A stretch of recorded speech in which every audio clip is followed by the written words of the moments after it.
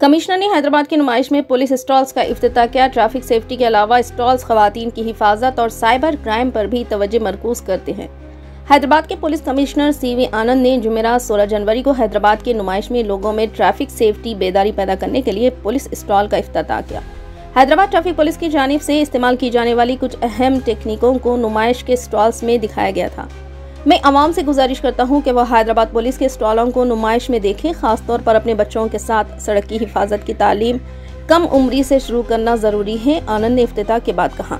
Traffic safety के अलावा stalls खवातीन की हिफाजत और साइबर क्राइम पर भी तवज्जो मरकूज करते हैं। इस तकरीब में Hyderabad police commissioner, exhibition society के सेक्रेटरी सुरेंदर रेड्डी और ट्रैफिक पुलिस के दिगर ओहदेदारों ने शिरकत की।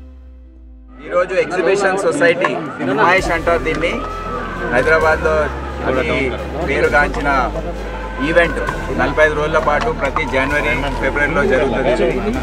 ఇక్కడ ట్రాఫిక్ స్టాల్ అనేది దాంతో సహా cyber crime, women safety stalls రెండు కూడా ఇనాగ్రేట్ చేయడానికి నేను ఇచ్చేసాను। ఆనవాయితీగా ప్రతి సంవత్సరం ఇది జరుగుతున్న ఈవెంట్ ఎగ్జిబిషన్। ముఖ్యంగా ఇక్కడ లక్షలాది మంది ఇక్కడ విచ్చేస్తారు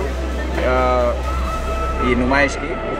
ఆ విచ్చేసిన సందర్భంలో వాళ్ళ షాపింగ్ ఇవన్నీ చేసుకుంటూ ఈ ట్రాఫిక్ స్టాల్లో వస్తే వాళ్ళతో ఉన్న పిల్లలు వాళ్ళకు కూడా ట్రాఫిక్ రూల్స్ గురించి అవగాహన ఇవ్వడానికి అక్కడ అన్ని ఏర్పాట్లు చేయడం జరిగింది।